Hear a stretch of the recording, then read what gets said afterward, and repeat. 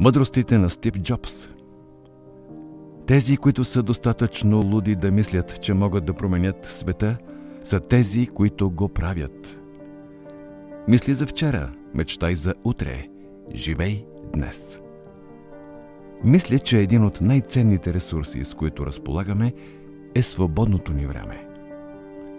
Хората казват, че трябва да влагаш много страст в това, което правиш. Абсолютно вярно е. Причината е, че работата е толкова трудна, че без страст всеки рационален човек би се отказал. Бъди мярка за качество. Някои хора не са свикнали със среда, в която съвършенството е стандарт. Да бъда най-богатият човек в гробищата не означава нищо за мен. Да заспивам вечер с мисълта, че сме създали нещо прекрасно, ето това има значение.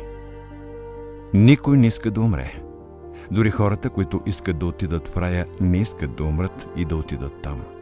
Въпреки това, смъртта е крайна спирка, която очаква всеки от нас. Никой не я е избегнал. И така трябва да бъде, защото смъртта е най-доброто изобретение на живота. Тя е агентът на промяната.